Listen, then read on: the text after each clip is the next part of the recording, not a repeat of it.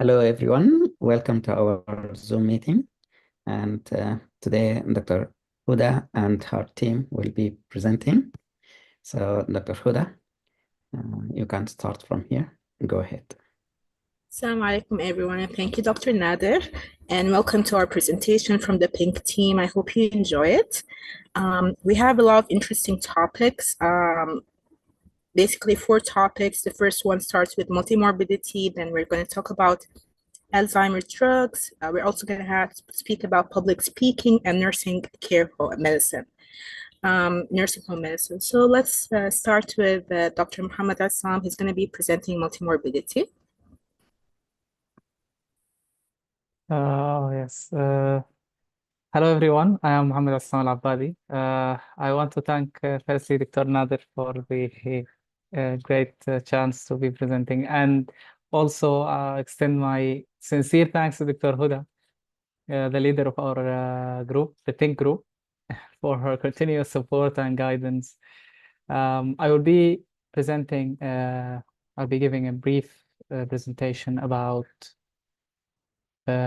multimorbidity, and I hope you find it informative.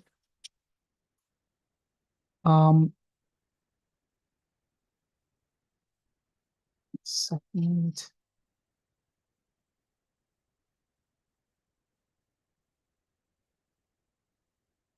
I hope the screen is visible.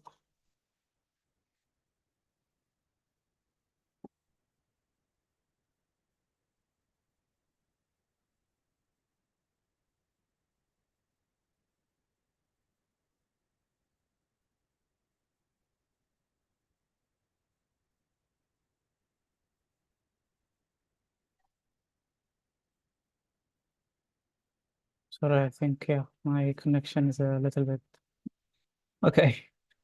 So yeah, understanding multimorbidity challenges and solutions in modern healthcare. And I think this topic is very relevant when it comes to the scope of what we're doing.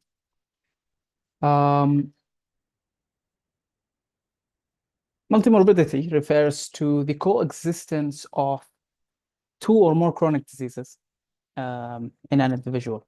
Understanding this concept is crucial for addressing the complex healthcare needs of patients. And this presentation will explore just briefly the challenges faced by healthcare system and proposed effective solution or an approach to improve patient outcomes. So when it comes to multimorbidity, it is characterized by the presence, again, of multiple chronic conditions, let's say diabetes, hypertension, arthritis, and it poses a unique challenge when it comes to diagnosis and treatment, and often requires holistic approach to patient care. The prevalence of multimorbidity is rising globally, particularly among older adults, which is understandable. And the studies have shown that nearly more than 50% of older adults, defined here as people older than 65 years old, have 3 or more chronic diseases with distinct cumulative effects for each individual. This trend highlights the urgent need for healthcare systems to adapt and provide targeted interventions. Multimorbidity significantly impacts the healthcare system, increasing hospitalizations, healthcare costs, and the complexity of care. And providers must navigate the fragmented services and ensure coordinated care to manage these patients effectively, which can be a very difficult and exhausting task. And when I'm referring to fragmented services, maybe if someone can tell me what do they think fragmented service is in healthcare. For the sake of time, maybe we'll take just one answer.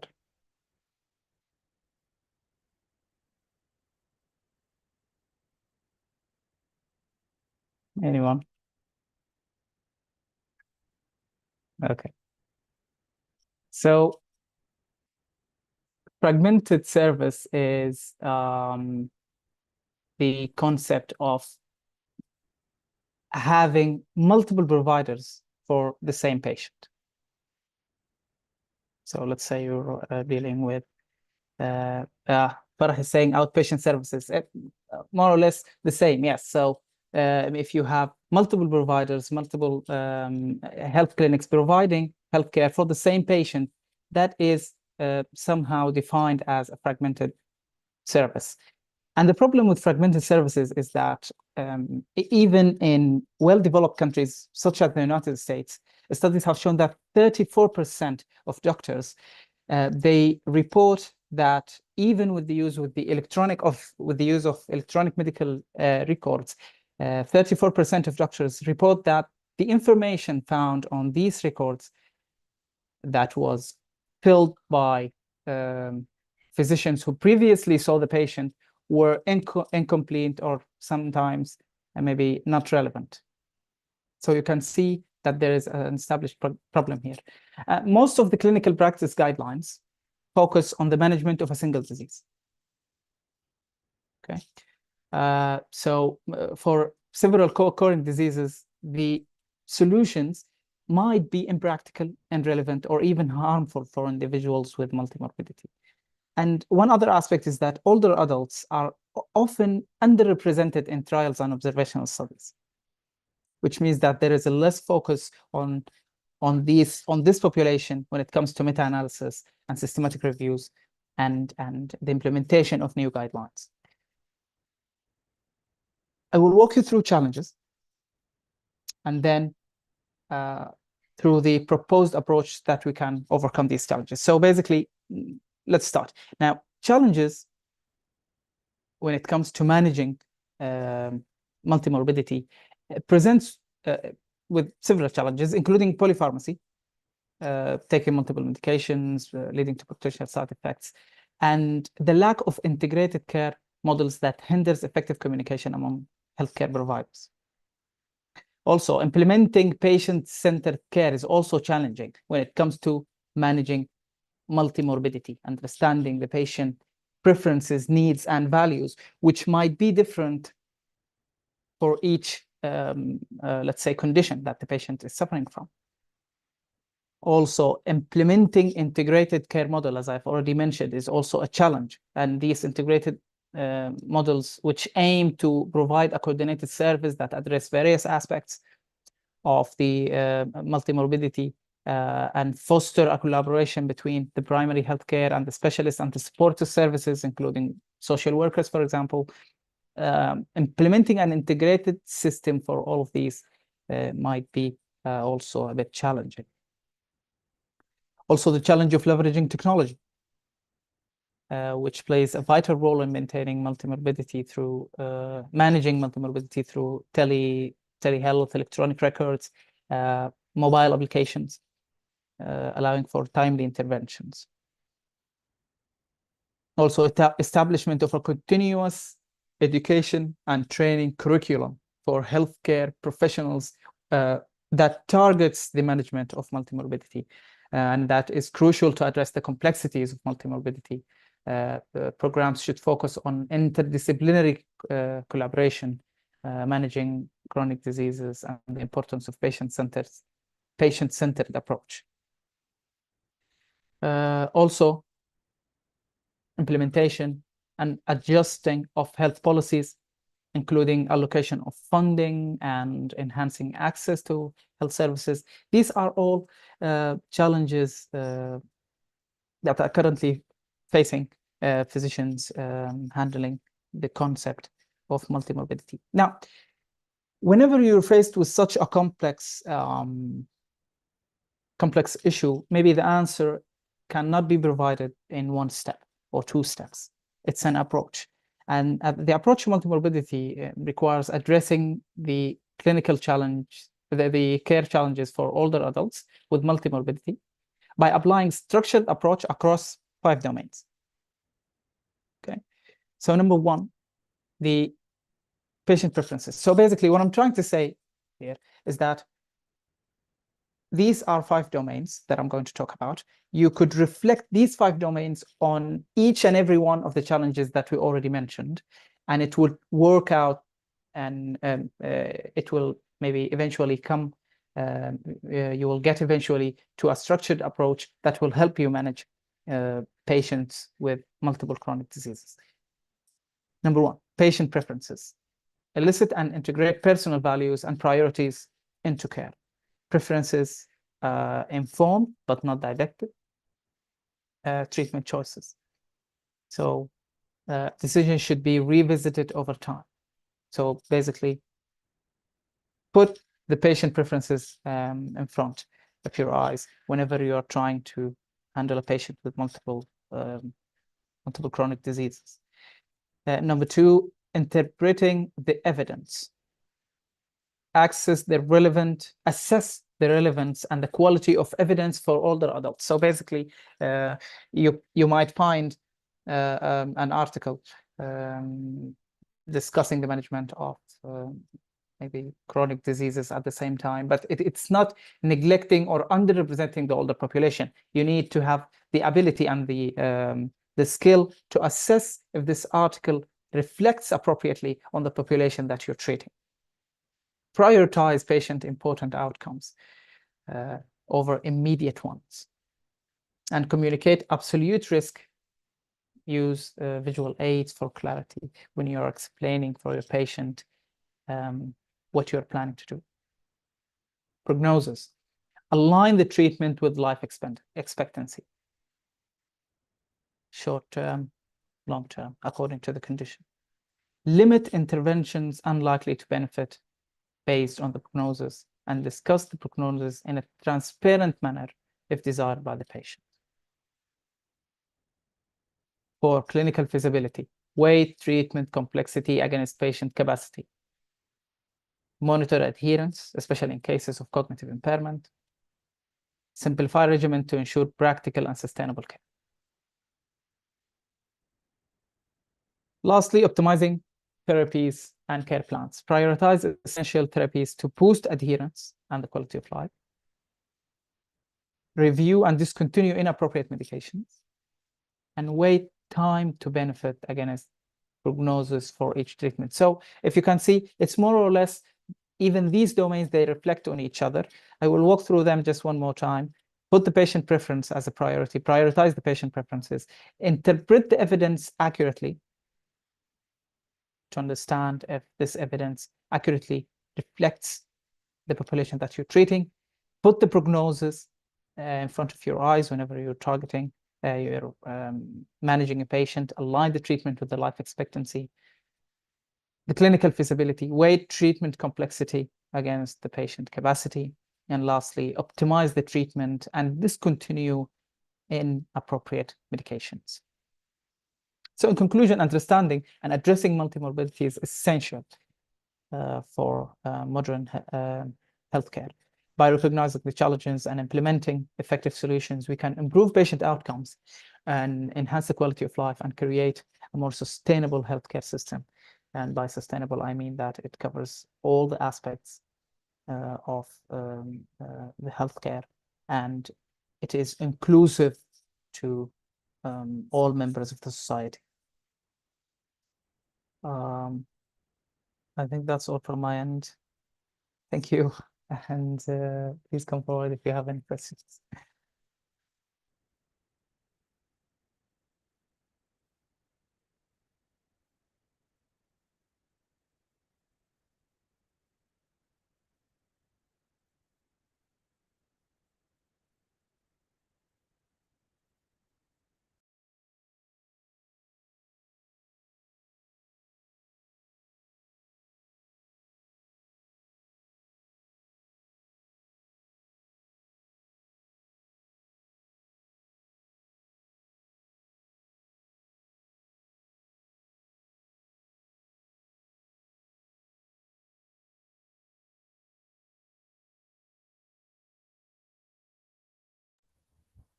I want to thank Dr. Mohammed for the very excellent presentation. I think he really covered everything. I don't really have any questions from my side. Thank you, Dr. Huda, for your support and guidance.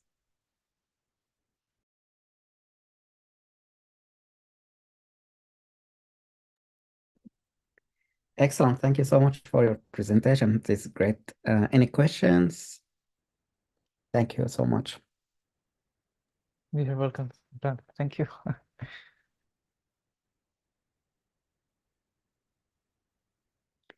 If no questions, we can go move to the next topic.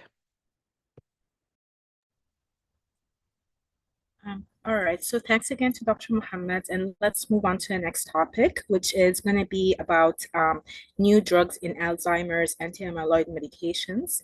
We have two doctors presenting. We have Dr. Noura Mohammed and we have Dr. Fatima Mohamedtahir. So please prepare your presentation and start whenever you're able to.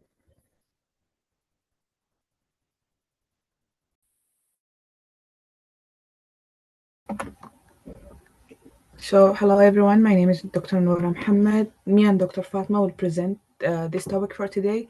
So, Dr. Fatima will start first. Dr. Fatima, can you hear me? Yes, sorry for my delay. So, hello everyone. Noura, can you share the screen?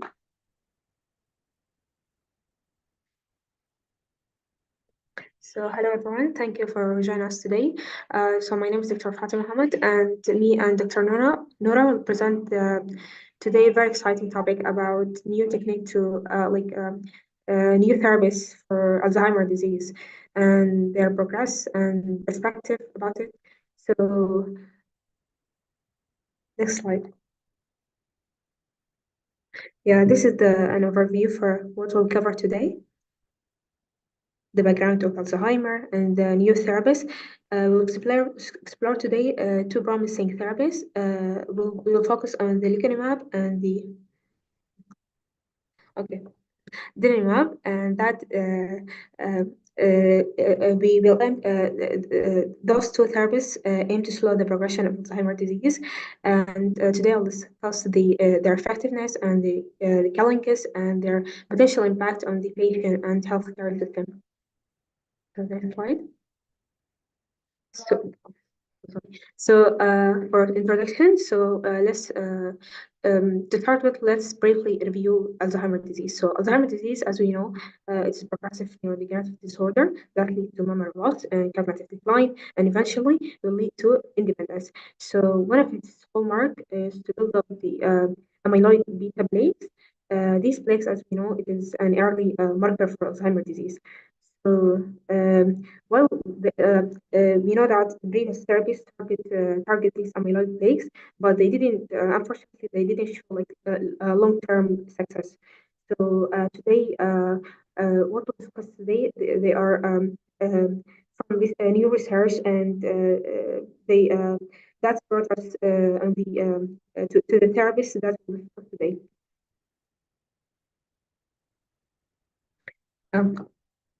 Okay, so let's introduce the lecanemab and the donanemab. They are two key therapies. Currently, they consider the forefront for Alzheimer treatment. So they are both monoclonal antibodies designed to target the amyloid beta plaques in the brain, and they aim to reduce their buildup. So the lecanemab is administered every 2 weeks, and the donanemab is given every 4 weeks. And they are both IV infusion. These therapies have shown promising results in phase 3 specifically trials, and this makes them they show that they are very significant and they show significant progress in Alzheimer treatment. So, okay, let's talk about the trial results. So, the lecanemab showed 25% reduction in the cognitive decline over 18 months, and the delayed progression by 4 to 5 months. So this is really good. So, and the donanemab demonstrated 35% slow in the cognitive decline, with about 50% of treated patients giving like amyloid clearance in just 1 year. So, and they both saw positive effects on biomarkers like tau. So this suggests these therapies they really beneficial in the brain overall, not just like reducing the amyloid plaques. So yeah. Okay, so this slide compare between the efficacy and the safety of the anti-amyloid therapies. There is the in red here there is a monoclonal antibodies. They show that they show promising results in the efficacy and safety. And the donanemab and the lecanemab they are in the as we know that as it showed it is in the top right quadrant. So they indicate that they already met the clinical endpoint. And there's other agents, they show mixed results like aducanumab and all these agents in the three here, like the black circle. So they indicate mixed results, and it's not like the most effective one, but they show there's an area of improvement in there. This show that lecanemab and lecanemab are the most effective and safest therapy so far. And that's nothing for me. If anyone have any question.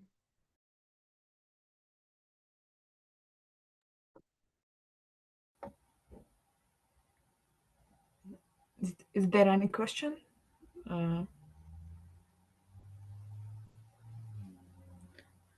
Okay, then I will be starting from here. Thank you, Dr. Fatima. My name is Noura Mohammed, and I will be continuing this presentation. So, as every therapy and experimental, there is side effects and challenges. So now let's look at some side effects and challenges associated with these therapies. Infusion reaction, number one, infusion reaction are one of the more common side effects. This reaction can include symptoms like fever, nausea, and skin reaction at the infusion site. While they are generally manageable, they do require attention and monitoring during treatment. Another significant challenge is amyloid-related imaging abnormalities, or ARIA.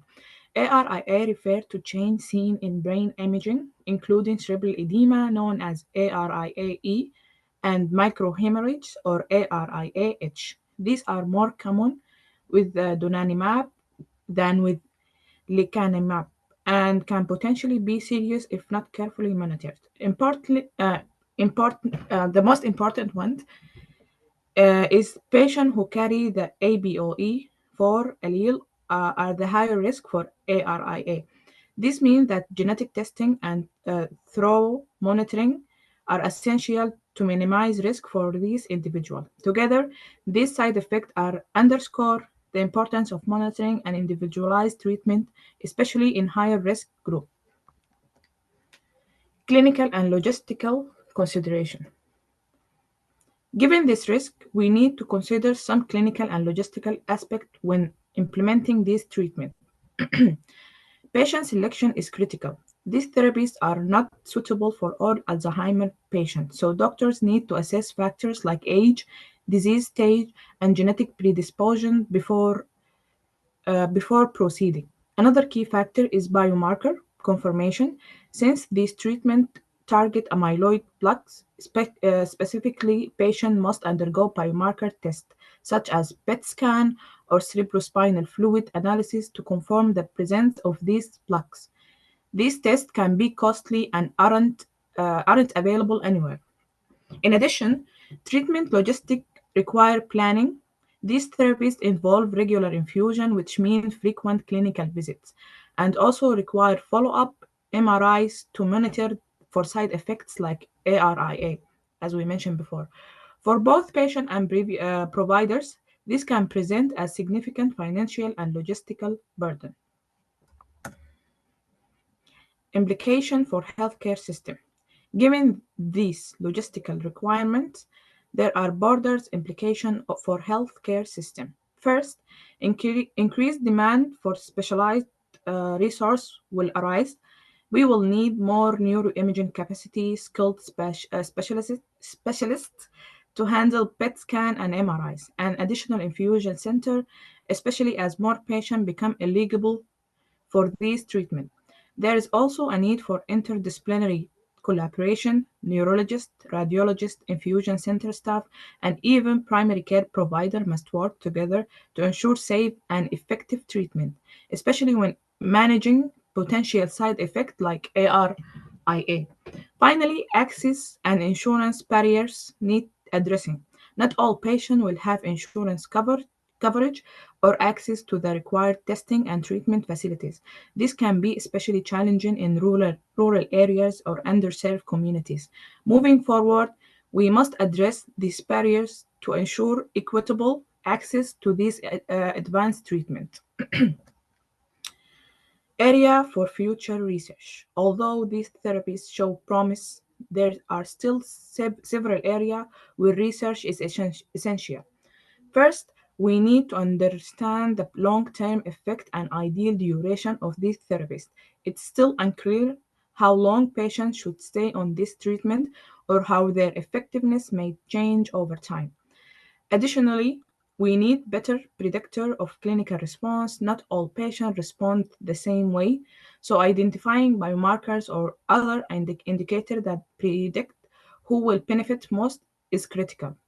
Diversity is clinical trials is also Diversity in clinical trial is also essential. Many Alzheimer's studies have represent certain demographic groups, which can affect treatment outcomes and equity.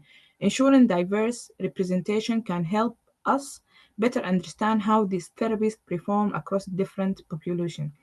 Lastly, ongoing study like the AHEAD 345 study are exploring the benefits of these therapies in the preclinical stage of AD before symptoms appear. This research could help identify whether earlier intervention providers can create greater benefits. Key takeaways. To wrap up, here are the key takeaways from our discussion. Lecanemab and donanemab offer hope for slowing the progression of Alzheimer's disease. However, it's important to remember that they are not cures. They slow down the progression rather than halt or reverse it. Amyloid beta is not only factor in Alzheimer's disease. While these therapies target amyloid plaques, future treatment may also target other aspects of the disease, such as protein, to provide a more comprehensive approach. Overall, this progress represents a significant step forward in Alzheimer care. However, it also calls for careful patient selection, monitoring, and continued research to ensure that these treatment benefits as many patients as possible while minimizing the risk. We are here at the end of the presentation. Thank you for your attention. I would like to open the floor for any question or discussion. Thank you, everyone.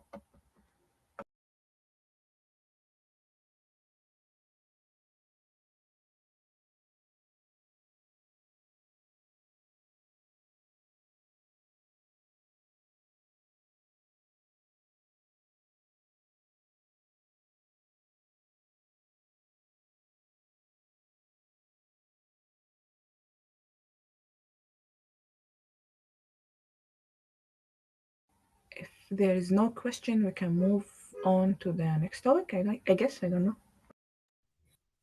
I think so. Thank you so much, Dr. Noura, and thank you, Dr. Fatima, for the excellent presentation. I think it's been very informative and very well organized. Thank you both.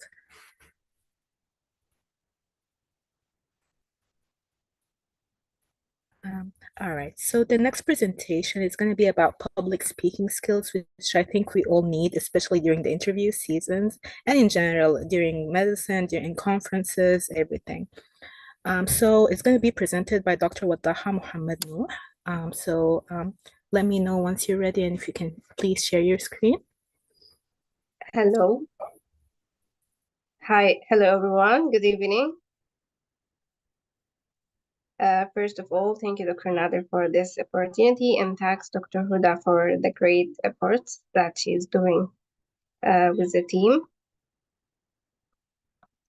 Give me a second.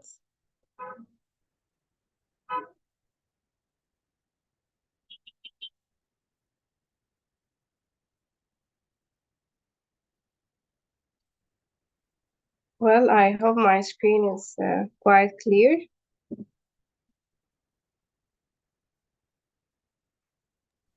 Yeah, I think we can see it if you can just make it full screen. Okay, sure.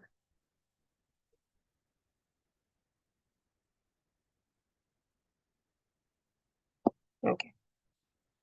So we're going to talk about very important skill that we all need, as Dr. Huda mentioned. This presentation is going to be basically two sections: why we need public speaking and how to improve our public speaking skills.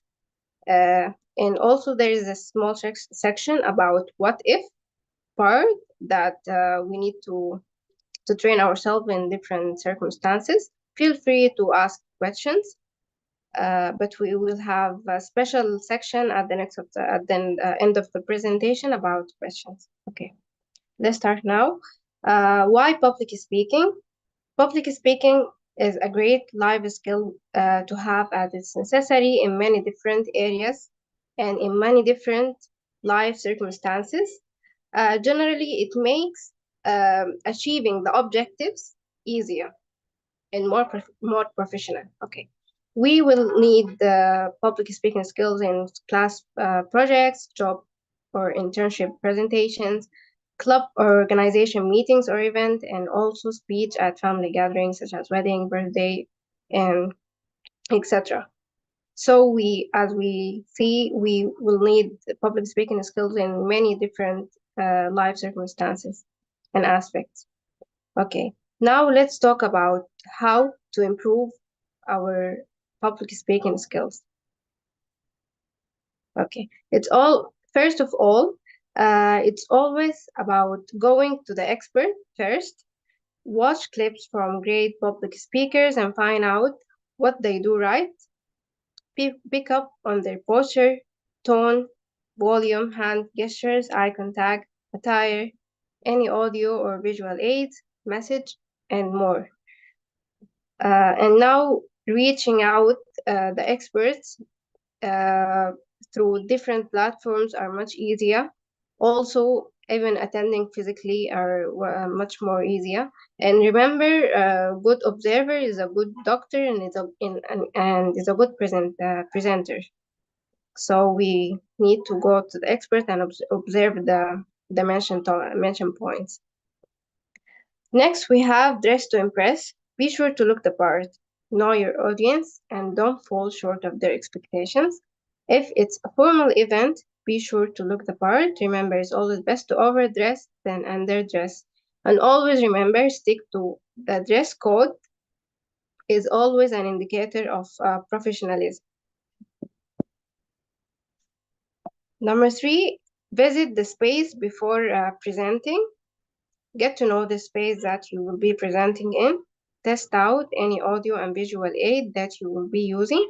It's important to visit the place before the start of the presentation if you never visited before, because you need to make sure that all the logistics part are ready, especially if you're using sound system and, as I mentioned, the visual aids and audio aids. Okay, all what I have mentioned are so important, but now let's talk about the material.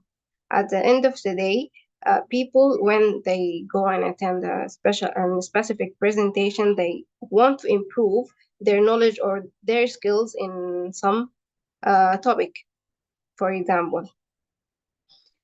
Be sure to have a strong knowledge base for the materials that you are covering. This will be helpful as a question arises about the topic. Also know your presentation, know the content, and order your slides. I mean, a good presenter is a good learner.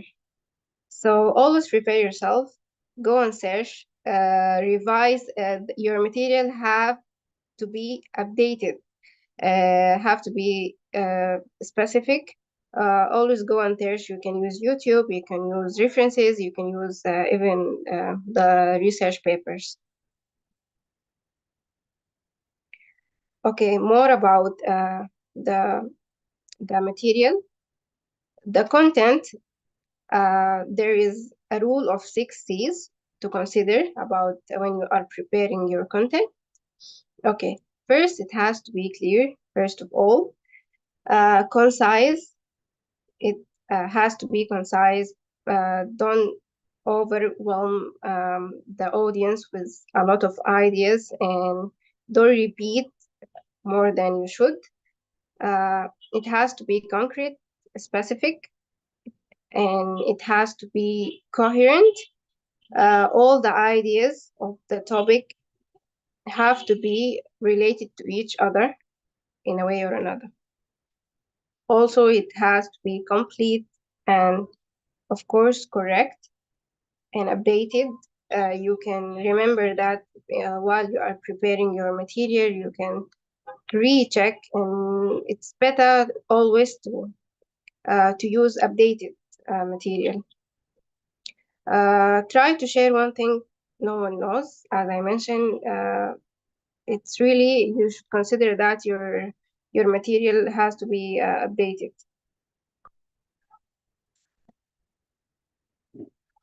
Okay. Do you have any questions before I go to the next part, the next point? Or should I just go through? I cannot see the chat section, so if someone please. I think you can proceed, Dr. Wadaha. I don't see any questions for them. Okay, thank you. Then we go to the body language and personality. Body language has very important part in reflecting that you are first of all you are prepared, and it has a strong impact in delivering your ideas.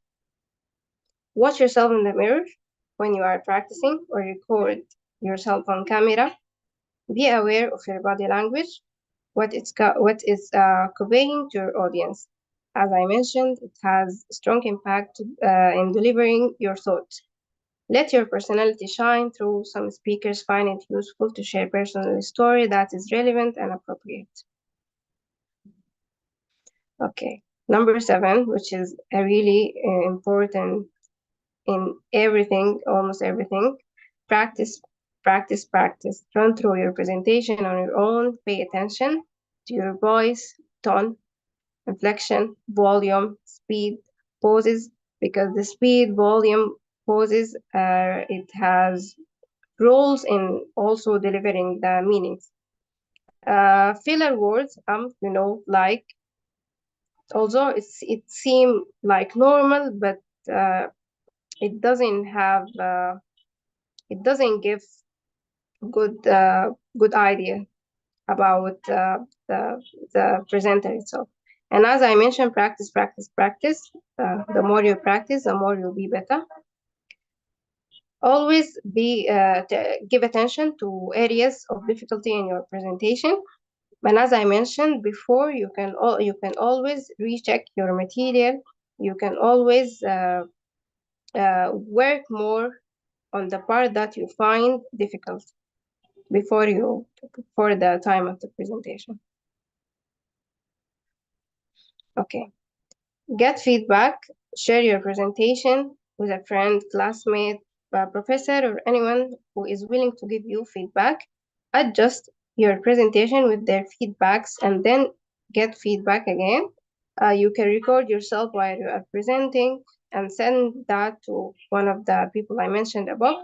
It always make you better. Okay, now let's talk about what ifs part. Prepare for the unexpected. You need to prepare yourself for the unexpected circumstances and build some resilience to deal with those circumstances, unexpected circumstances. For example, if while you are presenting or before you start presenting the topics, suddenly there's no internet, lost PowerPoint, cell phone ringing, late entrance, different size, audience unexpected. forgot handouts, lost index card, or too many questions. And there are much more unexpected circumstances that may come. But for example, about different size audience than expected, if you are planning to small size and then larger size of the audience came, as long as the venue accommodate them, it's okay. And if you are planning for the large size and a small group came, you also small group has some advantages. It allows for more interactions. Okay. Lastly, we have some group of do and don'ts. Always repeat audience questions. It's very important because you will make sure that everyone from the audience listen to the question.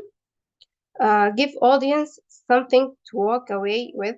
I mean, if it's knowledge or feeling, always make sure that the audience walk away with something good that you actually give them through your presentation. Respect your audience time. If your presentation about 10 minutes, it's okay. The 5 or 10 minutes difference, it's always okay, but always don't make it longer or shorter than you should. Don't make excuses because this will give indicator that you're not preparing.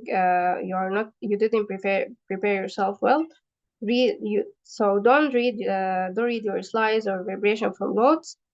Always it's better to write on the PowerPoint or the presentation some notes, very concise notes, and then you can mention more than what's written.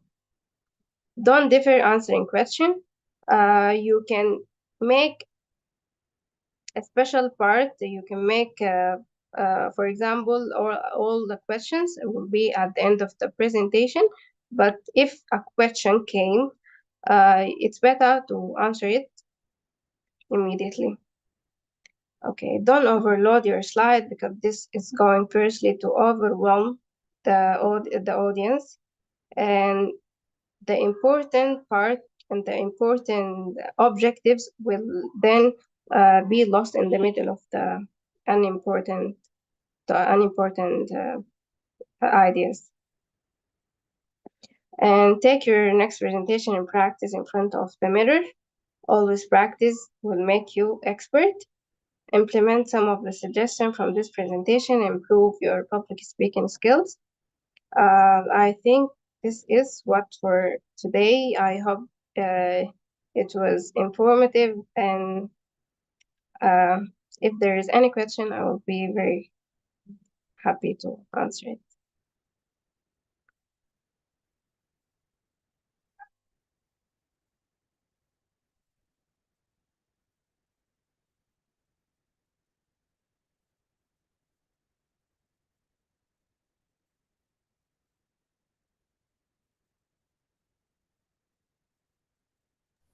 Thank you so much, Dr. Wadaha, for the excellent presentation. You're welcome, Dr. Huda. Thank you. And I'm going to give a minute for any questions, and then maybe we can move on. Yes, sure. Thank you again for a great presentation. You're welcome. Thank you for your time. Okay.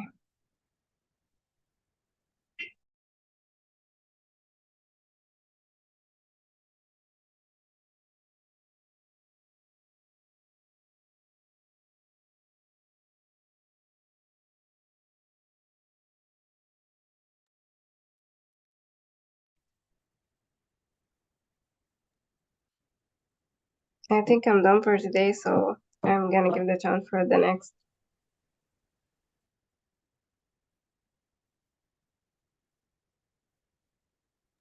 All right, thank you, Dr. Wadaha. So I saw your presentation before making my PowerPoint, but here it is. So first, let me introduce myself. So my name is Huda. I finished my residency and I also did a geriatrics fellowship in Emory. So this is my second geriatrics fellowship, really. So I'm going to speak about nursing home medicine, which is something that I'm very familiar with, and I'm sure that most of you hopefully are going to be familiar with, especially if you go into internal medicine and family medicine. You will see patients in the hospital and send them to nursing homes. So the nursing home, the structure in itself, it's a place where generally, like what we know is that nursing homes are places where older people go if they don't have family to take care of them. But the definition is broader than that because there are parts in the nursing home that are skilled nursing facilities, which are places where people go from the hospital if they're weak, if they need physical therapy. So they go there for maybe a few weeks, they get stronger, and then they go home. Also nursing homes, some nursing homes, they have a hospice part. So hospice, end-of-life care. So there are those areas as well. So I think the definition is a bit broader. So the demographics. So regarding the nursing home, so this study was like this, when they did the census, it was around 2019. So I'm sure right now it's even more than that. So around 1.4 million Americans live in nursing homes. And then, so this in America, so this is the 2.6% of the population over 65. So this is a very significant amount. But there are even people who are less than 65 years old, 15%. And most of those people are people who have like intellectual disabilities, very significant problems such as paraplegics, people who are not able to take care of themselves. And less than 1% are less than 30 years old. And the nursing home residents you're gonna see are usually white, unmarried, usually they're widowed, women with limited social support. And in recent years, the Hispanics, Asians, and Black Americans are getting into nursing homes. And there are really, in some locales, some areas where there's like a heavy Asian population, there are nursing homes which are fully Asian or fully Hispanic. So they are becoming more, localized, more traditional regarding the population and the country of origin. Then we also have adults with intellectual and developmental disabilities living in nursing homes increasing because the caregivers are dying or unable to take care of them. So regarding the population, so the people who need assistance with 3 or plus activities of daily living are 90%, which is very significant. This is followed by people who have incontinence because they need help, dependence for eating, they're not able to chew food properly, and rely for chair for mobility. And people who are able to ambulate without assistance is very small, it's just 8.8%. So it makes sense that really people who need help, those are the people who go to the nursing homes. And right now, the population in the nursing home is getting sicker than the nursing home population of the past. And it also makes sense because right now we are able to treat people. There is we're increasing the quantity of life. People are living to older ages compared to the past. And 2/3 of the long stay residents have multiple medical conditions, over 2/3.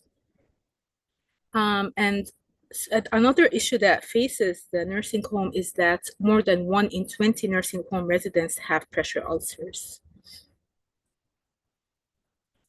And also regarding other diseases, so the most significant issue that faces the nursing home population is that they have cognitive impairment, moderate to severe. And that's something that you're going to see over the nursing homes. That's something that's very prevalent. That's followed by heart failure, which is in the general population in general, it's 40%, followed by behavioral issues, depression, diabetes, stroke. So really the most common medical and psychiatric issues. And then this was in 2019. At that time, they estimated that there are over 15,000 nursing homes, and the beds over there are over 1.6 million, which have over 1.4 million residents. And usually nursing homes, their average is around 109.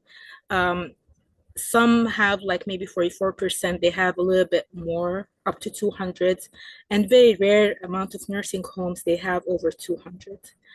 And then, so they are able to, in the nursing home themselves, they are able to do services such as, some of them, they have services such as x-rays, blood draws, ability to do infusions. Some actually also offer dialysis. So it just depends on the quality of the nursing home, the staffing, the funding as well. And then right now, so when I spoke with about the nursing home earlier, I said that they do have a skilled nursing part, which is what we're talking about here, the post-acute care. So regarding, because there's so many patients who are in the hospital who have really, they don't need to stay in the hospital, they just need to physical therapy, or they need getting a little bit stronger, or get IV antibiotics, and so they only have like certain needs that they do not need to stay in the hospital, and that's why they're sent to a nursing home for a few weeks until that issue is done. So it has like, there's acute medical care, long-term nursing, and rehabilitation. And it depends on the nursing home itself and the location. So they do offer dialysis, they do offer orthopedic care, ventilators as well. Usually ventilators for people who have tracheostomies, but not really operating the ventilator by itself. And then post-operative care, rehabilitative care, and wound care as well. And they do have like wound care specialists who do come to a nursing home and evaluate the residents over there. And regarding the length of the nursing home stay, so if you can see, it's over almost 80% stay for over 90 days, and 20% stay for less. And regarding the funding, so it does get very expensive. So the spending is over $140 billion, and most of it is endorsed by Medicare. A little part is by Medicaid, and some are with other means. So Medicare, there are also a lot of rules regarding Medicare, is that you have to be under a certain threshold. So some people have to actually sell their houses and get to a certain amount of money. They have to be poor enough to be covered by Medicare in order to qualify for a long-term nursing home stay, which can cause so much difficulties. And then, so the Medicare payments are predicted regarding the skilled nursing home. So this is the part that's only very limited. It's not for the long-term care. So it depends on the patient's functional needs. It depends on their rehabilitative potential. So you have to meet certain criteria. So when you're working in a hospital, hopefully in a residency or after that, the physical therapist, they have to write in their notes that this patient is able to participate and walk certain amount of feet for Medicare to be like, okay, this patient would benefit from skilled nursing home. However, if someone is lying in bed all day, they're not participating, then they would not pay for it. So just like I said, we have to document the gains in function in order to be able to reimburse for the rehabilitative services. And then there's also the criteria that someone needs to stay for 3 days in the hospital.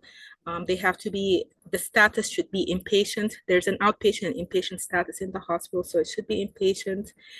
And Medicare pays for around 3 weeks or 20 days in the skilled nursing facility fully. And then after that, up to 100 days, it requires co-payment from the patient. After 100 days, Medicare would not cover. And this includes the whole year. So 100 days for the whole year. So if someone goes to the skilled nursing facility three times in a row during 1 year, then they're not going to get covered over 100 days.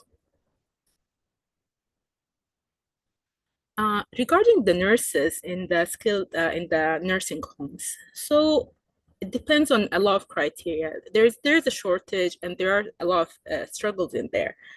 So the higher quality of care depends on the total nursing hours and the ratio of the nurses to the nursing staff. So if you have one nurse that's taking care of 20 patients, it's not going to be good quality at all. So you want to have a smaller ratio. And you have to have like the nursing as well. They should not be overwhelmed. They should not be working, say, 80, 100 hours a week. It should be less so they're able to dedicate more time for the patients without feeling tired. And then the turnover rates of the staff are high. So usually 50% of nurses, assistants. So a lot of people just they leave the nursing homes and they work somewhere else. A lot of the time it's because the load of the work and the payment as well. So it's a lot of factors.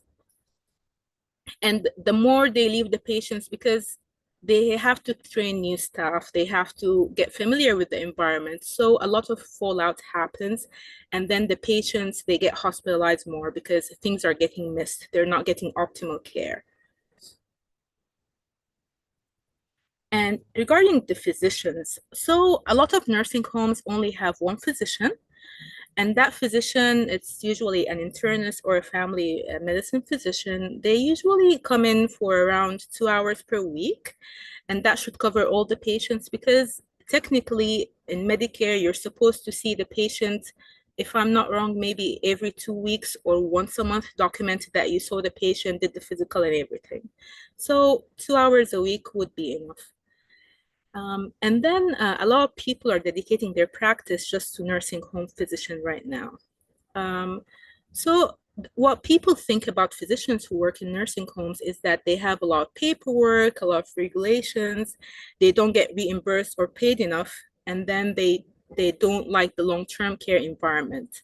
However, a lot of the physicians that I see in nursing homes, they're very happy, very satisfied. They feel that they're well challenged, they feel that they're doing a difference, they're fulfilling work, and they're using their skills, sensitivity regarding ethical, legal, and interdisciplinary issues. They do very well about managing patients inside the nursing home and knowing when to send them to the hospital. So I think it is a good work. And regarding the nursing home placement, a lot of the factors associated with it is the increasing age and the life expectancy is getting more, lower income, because the families are not able to take care of them, low social activity, and then poor family support, especially if they don't have a spouse, widows, as we said before, or children, and cognitive and functional impairment, because usually the family is not able to take well care of them, especially right now with how the expenses of living, they're not able to pay for private help at home. So that's an issue. And then, so we're going to talk about the interaction between acute and long-term care. So a lot of nursing home residents come in from a hospital. Very rarely are they sent directly from their primary care doctor's office or from home. And they have a very high rate of hospitalization, usually due to infection. I think as we discussed before, we said about how there are so many things cause them to have delirium, including infection, low oxygen, even constipation. So they do come to the hospital a lot. Infections, usually it's urinary tract infection or pneumonia. In the nursing home, there's usually one physician and maybe working with an NP, a nurse practitioner, or a physician assistant to kind of cover the rest of the work, because the physician comes in maybe 2 hours up to like 10 hours a week, and the rest of the time the nurse practitioner will be around to help. And this has been shown to reduce the hospitalization rates while maintaining the cost.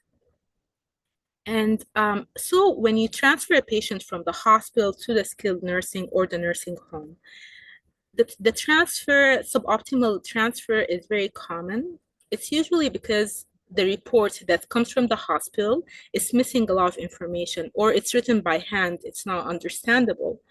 If you're not really writing the medications that the patient should be on, advanced directives, say someone has they do not want to be resuscitated if their heart stopped, but that is not written. And if it's missed, and if the patient, his heart stops in the nursing home, then it creates a lot of confusion.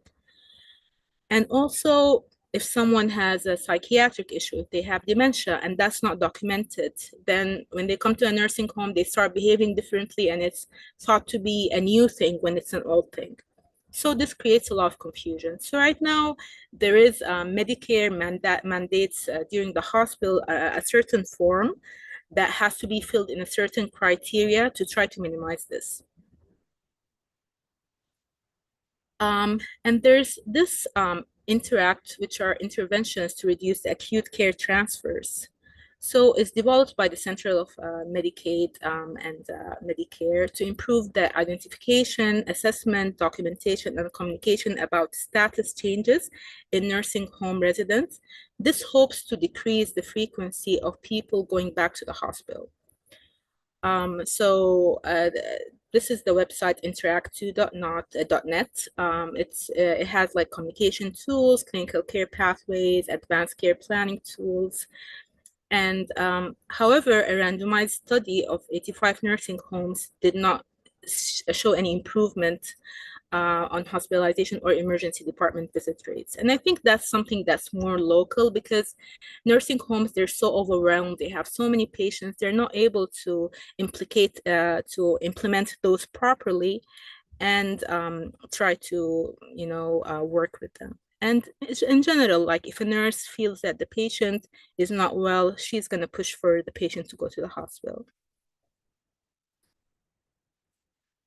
Then we have OBRA, which is there's the Budget Reconciliation Act. It was created in 1987 to set training guidelines and minimize staffing requirements for nursing homes. Basically, it mandates that each individual in a nursing facility must be provided with the necessary care and services to achieve and maintain the highest practical physical, medical, and psychological well-being. So basically, there are certain criteria. So when you go to a nursing home, they try to minimize the use of restraints. They try to minimize psychoactive medications, the minimum data set, and documentation for the need for all medications, particularly psychoactive agents. So basically, they want the person in the nursing home to be as free as possible without creating any danger. And right now, when you have a patient in the hospital, when you want to send them to a nursing home, they have to be off restraints and they have to be able to stay without a sitter for them to go to a nursing home for 24 hours. So since this was implemented, the use of restraints has decreased significantly, and the nurse staffing has increased, and the training requirements have been established. So this has been a really good change, and it has, I think, helped the quality of life of the nursing home residents. However, assisted living facilities, which are basically less controlled, over there, they don't have those mandates. And over there, the care is different, the quality of care, and people who come there to the hospital, they're not really the same as nursing home residents. Regarding the minimum data set, it's a periodic comprehensive clinical assessment of all residents. So it's basically kind of a brief information data set about the patient. It has the nursing facility quality measures, such as, so they document the pain, they document the pressure ulcers, weight loss, depression, restraint use, vaccination, and urinary tract infection. So it's just basically kind of 1 or 2 sheets that has the summary of all the pertinent information that you need to know. And this can identify current or potential problem triggers of diagnostic and therapeutic protocols. In 2010, this was updated to version 3, which includes 5-star quality ratings of nursing homes. And by the way, those quality ratings are visible online. So right now, when you want to send someone to a nursing home, the family is able to see those 5-star ratings and decide which nursing home they prefer. So it helps consumers, families, and caregivers make comparisons and decide which one they want to go to. And it has 3 sources of data: the health inspection survey results of the facility, the staffing levels and the ratio of nursing, and then the quality measures. So the amount of UTIs that happened, all the incidents, the falls, so those main things. And then in 2015, nursing home ratings include the percentage of a facility's residents who are prescribed antipsychotics. And in 2016, they also included 5 new quality measures, including hospital readmissions and prevention of avoidable declines in resident function. So avoidable issues such as pressure ulcers, such as falls, and so forth. Then the nursing home, it faces a lot of legislation. So each federal regulation for long-term care is given a tag number. It's called FTAGs. So the adherence to the regulations, so they have survey visits. They have surveys around every year, so every 9 to 15 months. So they go and they review the facility. They see the procedures, the quality of care, and the quality of life. And then after that, they're gonna decide if any of those criteria are not filled, then it's considered a deficiency. And whenever there's a deficiency, then they start implementing penalties. And penalties, they are related to the nature and the severity of the deficiency. So there is this website, and it has the national set of quality indicators based on the MDS and allows facilities to compare their performance to local and norms. So basically, it's a motivation for them. If a facility, say, is in a certain area of the country, in a certain city, then they can compare themselves to the other nursing facilities and they try to improve themselves. In 2010, the Affordable Care Act included a provision that requires all nursing homes in the nation certified by the CMS to establish quality assurance and performative improvement programs. So they have to keep on trying to improve, and they have to show what they're doing in order to improve. Regarding the medical director, so the medical director is usually a physician, and it can be the only physician in the nursing facility. So he basically directs all care, supervises things, makes sure that everything is moving smoothly. So it's basically the quality of the physician practice is influenced by coordinating the medical care. They want to meet the standards of care. They want to put good quality standards and policies and procedures that are involving the medical staff. They need to ensure that they're compliant with the guidelines. And they work with the administration and director of nursing so that there's an effective and collaborative team care, and they have to educate the rest of the staff. So there is certification for the medical director by the AMDA, Society for Post-Acute and Long-Term Care.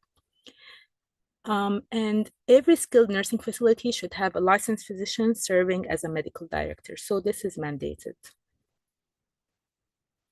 Regarding the medication regulation, so OBRA, which we spoke about earlier, they have to have monthly evaluation of medications by the pharmacist. And they have to be reviewed at regular intervals, include no unnecessary drugs, especially, as we said, antipsychotics. So unnecessary drugs, including those in excessive doses for longer periods of time, without monitoring, without indications, and if there are any adverse effects that you have to reduce or discontinue. So if a patient is on high dose of antihypertensives and they keep having dizziness, then you have to adjust those medications because you are having adverse effects from that. And OBRA requires that clinical documentation demonstrate the indication for all medications, especially psychoactive drugs.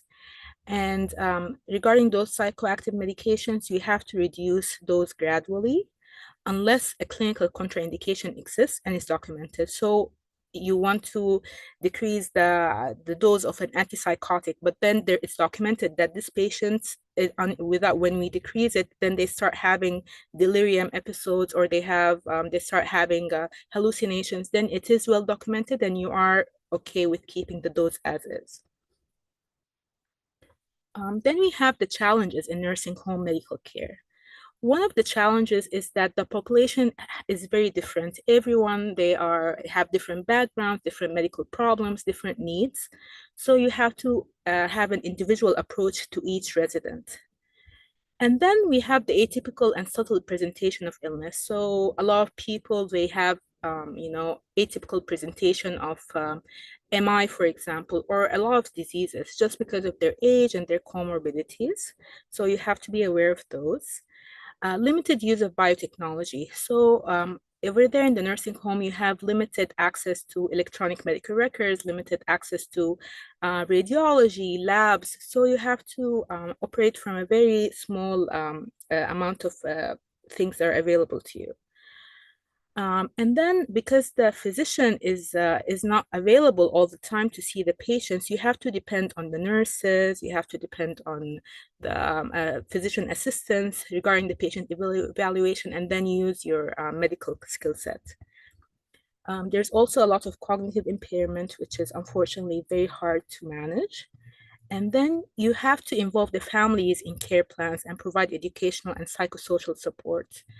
So a lot of those nursing homes, if a patient falls, you have to call the family, hey, your family member fell, what do you want us to do? So it's a lot of collaboration. And regarding the ethical and legal concerns, such as end-of-life care, feeding, hydration, and resident rights. If someone has a very poor prognosis, they're not able to eat, they have end-stage dementia, you have to speak with the family and decide if this patient is, needs a feeding tube, how will that affect his life? Or should this patient just, die peacefully if they're not able to eat? And then intense regulatory oversight. As we said, there's legislation, there are so many surveys and visits, so you have to be aware of all of that.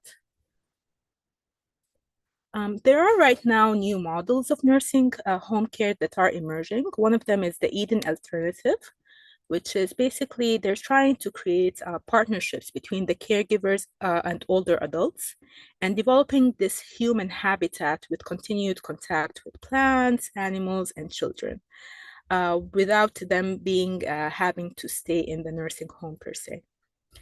There's also the Wellspring model, which is there's this alliance or this collaboration between nursing homes that they can share management, training, and data with the goal of implementing the best practices through empowerment of frontline workers. So it's basically kind of like an organization. They're trying all of them to get better together. And then there's the greenhouse model, in which it's basically something like a group home. So small groups, up to 10 older adults, they live in a small homes that are not institutional. They're like in regular neighborhoods. However, there is care that's provided by empowered direct care staff. So they do all the care, they do a meal preparation. So something very similar to an assisted living facility. And then regarding all of those models, there's also a close relationship between the staff and the residents, and there is evidence that these models improve the resident quality of life and satisfaction while preserving or improving quality of care and ensuring a little bit of independence. And then we still need to do researches regarding the benefits and the costs of the culture change. Regarding the nursing home, so regarding enhancing the physician practice, so it's very important to schedule visits and structure them in order to see how to improve the efficiency and become better integrated into the healthcare team, and see what's missing, what needs to be improved. You also have to discuss with the other the staff members, including the PAs and the NPs. And then you have to also document why are you giving this medication against any potential scrutiny in the future. If a patient has a fall or they have an adverse effect, you have to document clearly why did you give it in the first place. And then also have frequent discussions with the pharmacist regarding the medications and any changes that needs to be implemented. So regarding the physician responsibilities, one of them is the comprehensive admission assessment. So whenever a patient gets admitted to a nursing home, you have to have something very similar to the HMP. You have to have a very like detailed history and the physical exam. So this will be your standard of the initial evaluation. It has to be very detailed because you're gonna refer to it a lot in the future. And then you also have to develop a care plan with the other team members and the family to make sure that the goals are reached. You have to monitor the chronic health problems, doing testing, consultations, changing medications as needed. And if there is any new issue, if someone who's usually their mental status changes suddenly, you have to be aware of that and you have to address them, see if there's an infection going on, see if there's anything. So you have to be aware of that. And then, of course, you have to communicate with the other team members and the family. As we said, reviewing all the medications and doing the lab tests as needed if someone says on warfarin or any other medication that needs monitoring. And then we have to optimize the quality of life and function for the patient regarding cognition, mobility, falls, skin integrity, nutrition, continence, and we have to be very aware of that. And determination the decision-making capacity of each patient, see if he is going to make his own decision and who he wants to designate. And one of the most important things is to establish advanced directives or basically have documentation of what they wish regarding if their heart stops, if they want dialysis in the future. So this has to be clearly there.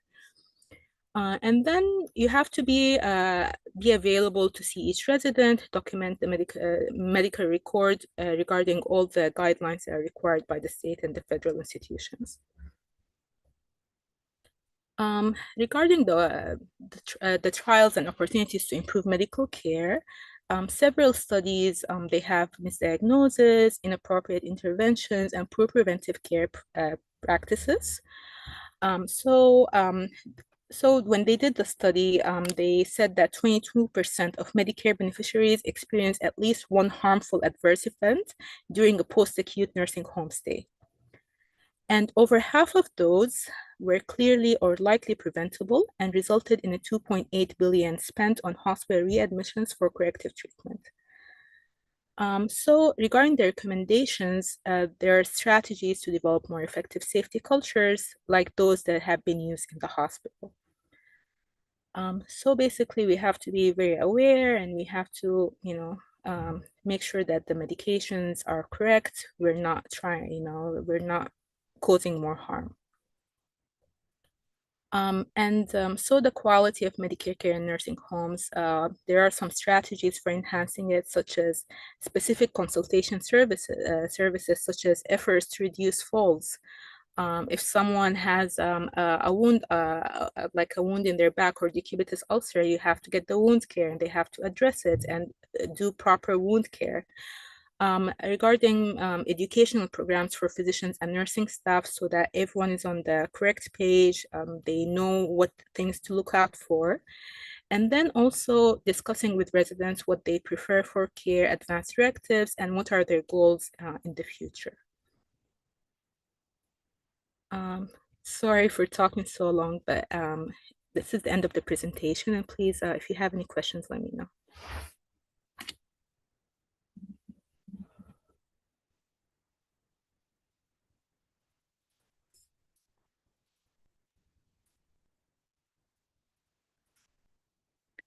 Thank you so much, Dr. Huda, for this also great presentation.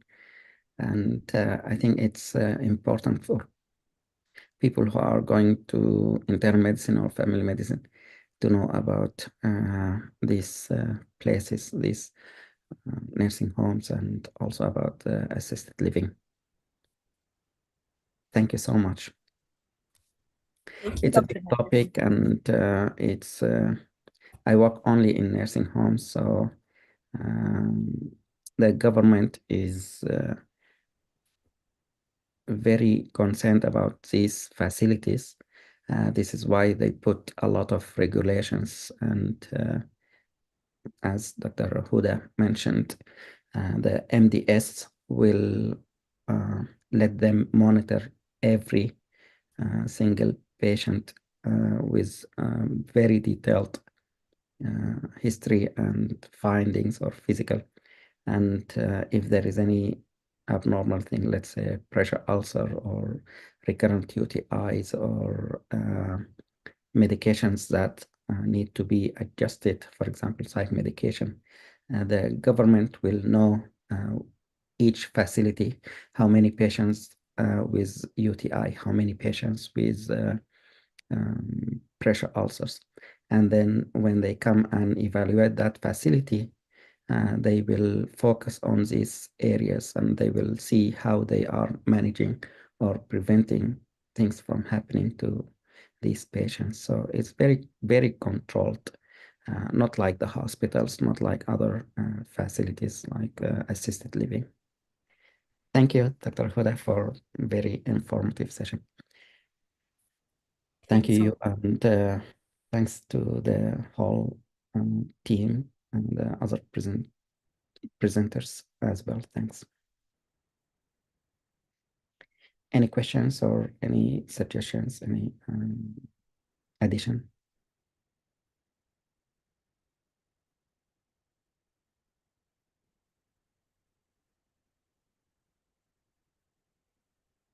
If not, we can move on to the next part about the updates. Any updates like any projects that are going on, abstract submission, papers, mobile applications, or any personal experience, or maybe you got invitation about the interviews, or you already had interview. Anyone?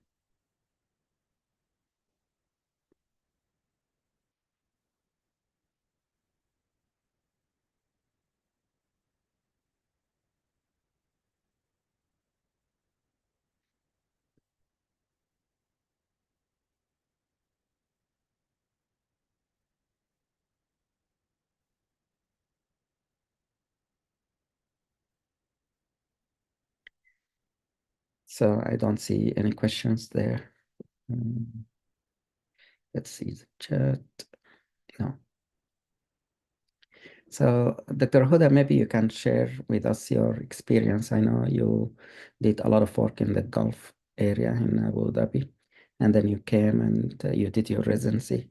Can you share a little bit of your personal experience overseas, and when you came here, you did the residency, the fellowship, and anything that can be shared? Sure. Definitely. So regarding one of the things at geriatrics, why I was interested in the first place is that in Sudan, as we all know, and in the Gulf, I lived in the UAE, they don't really have attention to geriatrics. In the UAE itself, they don't have like a lot of nursing homes, and the Emiratis, the UAE nationals, they don't really, a lot of them don't care about their elders. They just bring like maids to take care of them, which is not really very optimal. And they leave them to their own devices. So I really had like some experiences. One of the things that I remember is that we had this old lady who came to the hospital after having a fall and broke her hip. But then she came to the hospital 2 days later because her son wanted to enjoy his weekend. He didn't want to bring her to the hospital and cut off his weekend, which is very sad. You know, she was in pain for 2 days. And then the maid was the one who was really disturbed about all of this. So it's sad. I think over there we really need to have like nursing homes. We have to have like proper care. And even in Sudan, I know over there we're very connected to each other, but then a lot of people are not able to take care of their family members properly. I think they need help, you know, even if maybe having a wound care nurse that comes like twice a week, that we definitely need that in Sudan, hopefully after the war ends. So that was my experience. I came to the US. I started my residency in 2017. So it's been a while ago. I did my residency in Atlanta Medical Center. At that time, everything was different. And then I was trying to apply to, after that, I tried to apply to pulmonary critical care. I didn't match. But then I did a geriatrics fellowship in Emory University, which is also in Atlanta. And that's the year when COVID started. So I did my fellowship in 2020. So I got exposed to a lot of things. I worked in nursing homes when we did have like COVID. So half of the nursing home was blocked. And I saw people unfortunately die without being able to see their families. So it was a sad experience. Yeah, but that was difficult. After that, currently I'm working in California. I'm working as a hospitalist. Unfortunately, I'm not working with my geriatrics, although I'm board certified. But yeah, so it has been interesting. So I've been working here in California for the past 2.5 years now. And yeah, so if anyone really needs any help, if they need any guidance, I know like right now everything is different, like the steps, the exams, everything is different. But if anyone needs guidance regarding like career help or interviews or anything, please let me know. I'm always available.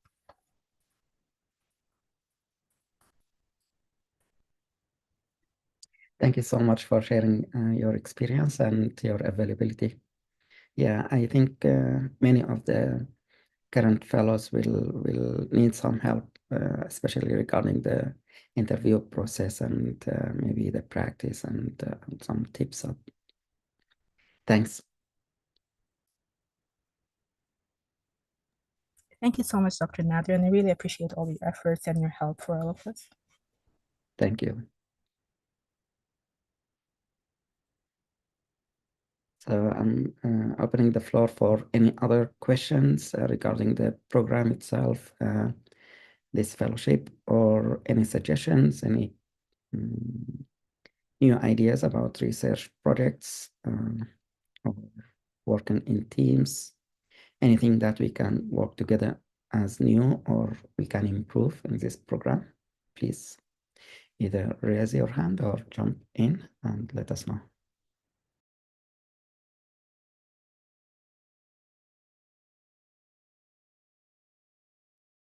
I have a question, Dr. Nader. Go ahead. Yeah, thank you. Is there any like specific way to know like which like the best topic for research, or like do you remember like one time that you gave me a list of topics, like from like which way that we know that's like this is like the topic, like this is what's going on, like researching is going on in this topic or whatever, or like specific like, and we know that the other question is like how we know that's like the upcoming conferences, just like to search whatever, like let's say American Gastroenterology Association or whatever, or there is a specific like a thing that we know that these are upcoming conferences. I don't know if you get my question or not.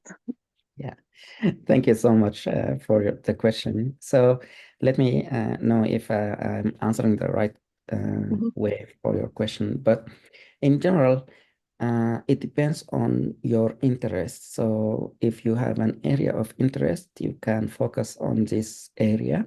Let's say you mentioned the GI. So GI, they have their own conferences, different conferences here in the US. Or sometimes they have their chapters around the globe. So I have some of the fellows in this group, they worked and presented some of the work in Saudi Arabia, for example. They have, I'm not sure if it's Mayo Clinic chapter or division there, but they presented there and they have the name of the institution in the US. So there are some conferences, these can be approach. Usually they are annual conferences. So what you need to focus on, look at the previous couple of years, let's say last year or the year before or this year, if they already had a conference, and look at the posters that presented, look at the topics. And most of the time, if you, let's say, find some interested area in specific topic, look at what they reach in the poster. Sometimes they will say, this area needs to be investigated more, or this area needs. So you can start from that place regarding that topic. One approach is to use a systematic review approach. That's also a way of getting new products to the literature.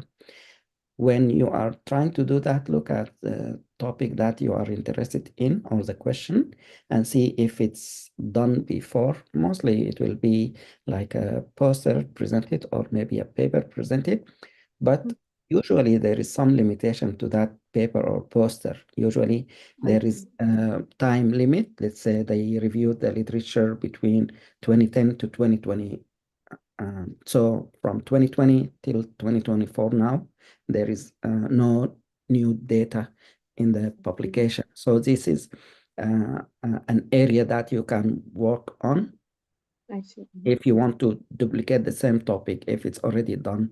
So your job is to review the literature between 2020 to 2024, something like that. I see. Or geographical location. They focus on population in the US. Then now you can move it to work in a different population in the Gulf. If you have some fellows in UAE or Saudi Arabia, for example, or Pakistan, India, somewhere where you can do the same, but you focus on different population. I see.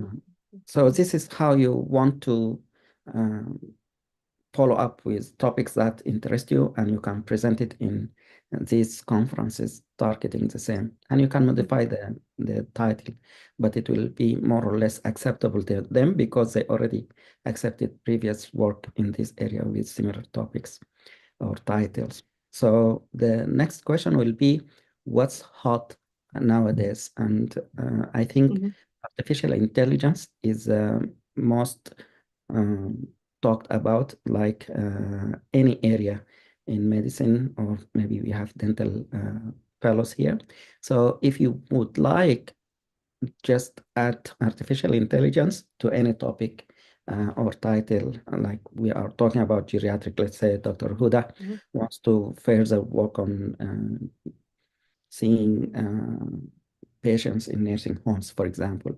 We can talk about how can we improve the care in nursing home with physician, nurse practitioners, and whatever, and see how that in the literature in the past 5 years, for example. We can do that, and we can add to that artificial intelligence. Any papers about how to use artificial intelligence to improve the care for physicians, nurse practitioners, and so on, let's say focusing on note taking or documentation. If it's there, then we can just get a new abstract about this topic. And most of the time you will not find a detailed work done and published because it's only a few years for the artificial intelligence. So people are working just like you can write about it, but it's not applied as of yet. And if it's applied, we don't have data to demonstrate what's going on there. So I think it's a good way of adding to the literature regarding artificial intelligence. The last part of the answer is, let's say you have the title for your project. Now you have the question or the research idea and the research question. Apply it to using the ChatGPT or any one of the Google, for example, BERT or Genie, the where you want to see what other relevant research topics that can be used or can be started as new projects. So they will list, let's say, 5 more or 10 more. Out of these, you can say, oh, this is interesting. This is interesting. Maybe you can add 2 or more projects. And in this group, you can ask if you want to start 1 or 2 projects, see who are interested and add them to your team. And then you can have your projects done, and you can approach the conferences that you want to publish or to present at. This is the shortest way. Yeah. Okay, thank you very much. I really appreciate it. You're welcome. Thank you. Yeah. Thanks for the question. Any other questions?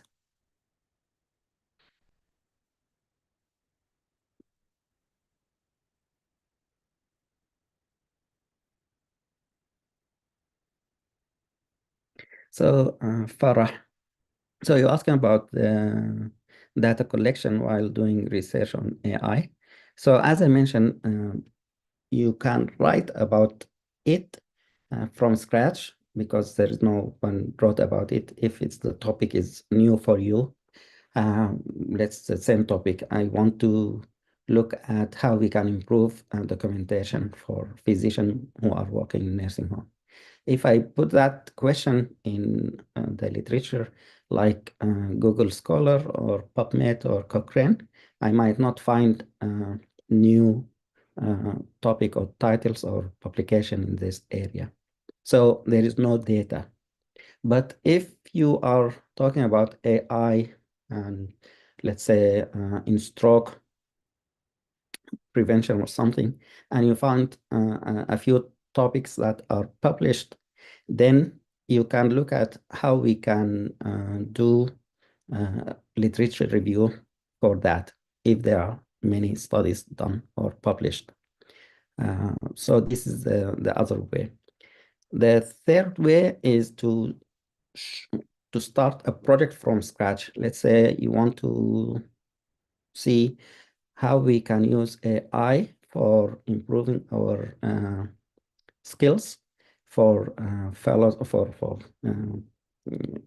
IMGs who are applying for residency. So this will be a new thing. So in this fellowship, we have, let's say, more than 100 fellows. We can approach them using a survey and see how, if they used some type of artificial intelligence in, let's say, writing their personal statement, in preparation like the mock interview, or improving their application, RAS application, or searching for the residency programs themselves, something like that. How did they do that? So we can get all this information, see through the survey or questionnaire, if that makes sense. Thank you.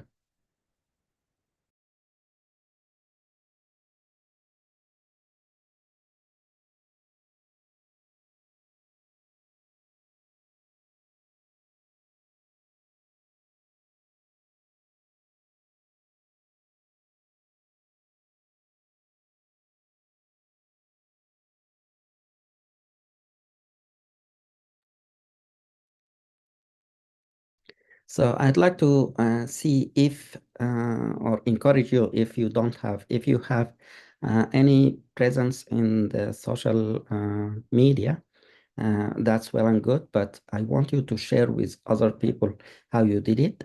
If you don't have any presence, let's say you don't have websites, you don't have LinkedIn page, you don't have what else? ResearchGate page or Google Scholar page, or any of the most of you might have Facebook, but I want you to build one if you don't have. If you have, maybe you can improve your presence. So AI can help you.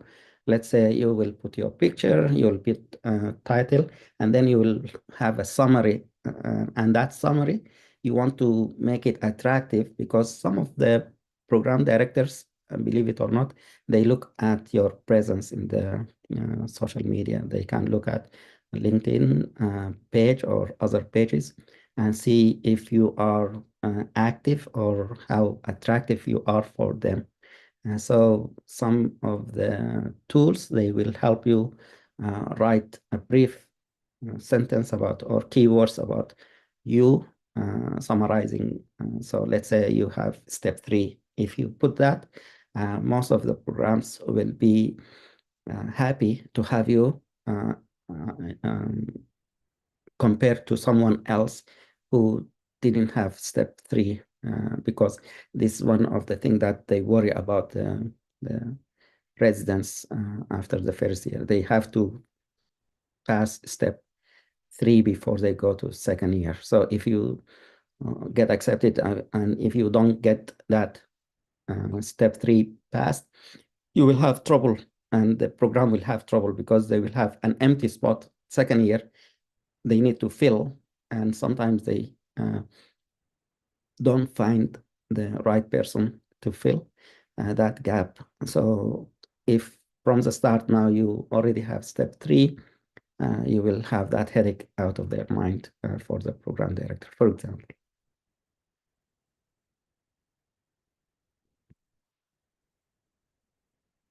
Any other questions, comments? Yes, Dr. Nader. Go ahead. Thank you. Since you mentioned LinkedIn and the social profiles, I noticed in LinkedIn when we log in that we are research fellows at Michigan State University, the Telegeratic Fellowship. They ask us to verify that by entering the email of the university. So how can we do that? So just for clarification, this program was started with MSU, affiliated when I was with MSU, but I left and we don't have connection. Like we want to get affiliated with MSU and other institutions, but we need some support and we don't have that at this time. So this program is not supported by MSU anymore. And for you guys, you will just put Tele-Geriatric Research Fellowship. This is your program. And we have another organization that's new that's supporting us. It's the Combined Research Program or Foundation. So we don't have an email, unfortunately, that's related with MSU. So in the past, I advised people if you would like to have an email, you can become a student with MSU. You don't have to take courses like full time, but you can take online classes, online courses for leadership, for example, some other type of skills, human relationship or some other skills. They can offer this, and if you are a student, you will get the email address from MSU or from any other institutions as a student, and then you can put that on your LinkedIn or other profile. But unfortunately, at this time, we don't have any connection with MSU. So you can just mention in your profile that you are Tele-Geriatric Research Fellow. Okay, I'll make sure to fix that. Thank you very much, Dr. Nader. You're welcome.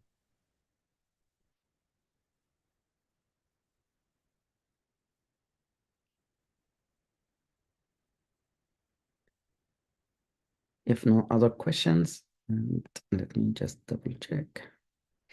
Then I'd like to thank you so much, Dr. Huda, and all the presenters from today and all the attendees. Thank you for coming over, and those who will look at the recording in the future, thank you for reviewing the recorded material. I wish you all the best. Thank you again, and have a wonderful day or have a wonderful night. See you next week. Assalamu alaikum. Thank you, Dr. Nader. Thank you. Amen. Alaikum assalam wa rahmatullah. Amanillah. Bye. Thank you, everyone. Thank you, Mohammed. Thank you, everyone. Thank you. Thanks, everyone. Thanks. Thank you. Thank you, Dr. Nader. Thank you. Thank you, Dr. Nader. Anytime. Have a wonderful day. Thank you so much again. Thank you, Dr. Nader. You're welcome. Have a good day. Thank you. Thank you. Assalamu alaikum. Alaikum assalam. Thank you, Dr. Nader, and you have a good day. You too. Assalamu Thank you. Ahmed.